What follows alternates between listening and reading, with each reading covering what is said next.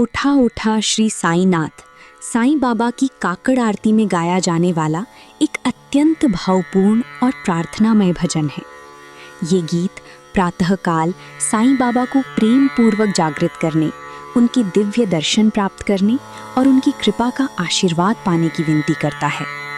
ये केवल एक आरती का गीत नहीं, बल्कि पूर्ण समर्पण, विश्वास और साईं बाबा की करुणा में अटूट आस्था का सुंदर संदेश है।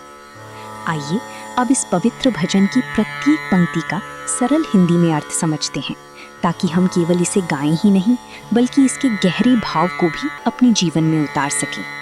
पहली स्तुति में भक्त साईं बाबा से प्रार्थना करता है कि वे जागें, अपने पवित्र चरणों का दर्शन दें और अपने भक्तों पर कृपा करें।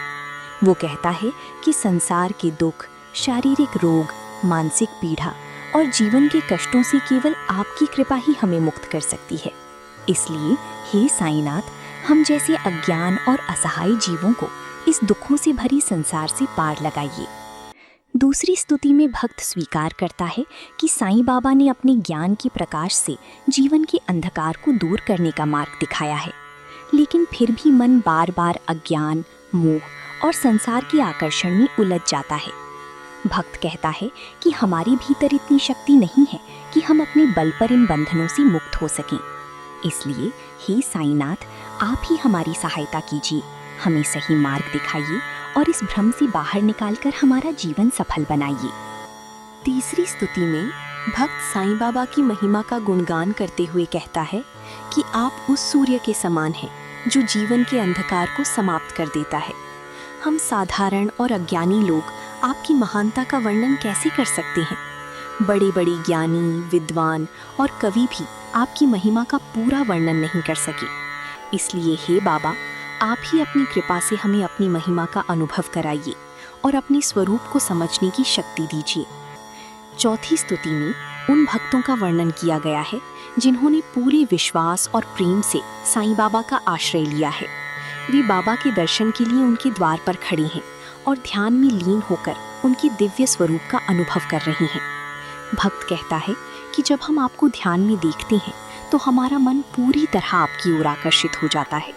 फिर भी हमारी सबसे बड़ी इच्छा यही है कि हमें आपकी मधुर और अमृत समान उपदेश सुनने का सौभाग्य प्राप्त हो। पांचवी स्तुति में भक्त साईं बाबा से विनती करता है कि वे अपनी कृपा दृष्टि अपने भक्तों पर डालें। जैसे एक माँ अपने छोटे बच्चे को प्रेम और करुणा से देखती है, वैसे ही आप भी हमें अपनाइए। अपनी मधुर वाणी से हमारे मन के दुख, भय और चिंता को दूर कर दीजिए और अपने प्रेम से हमारे जीवन को शांति और आनंद से भर दीजिए।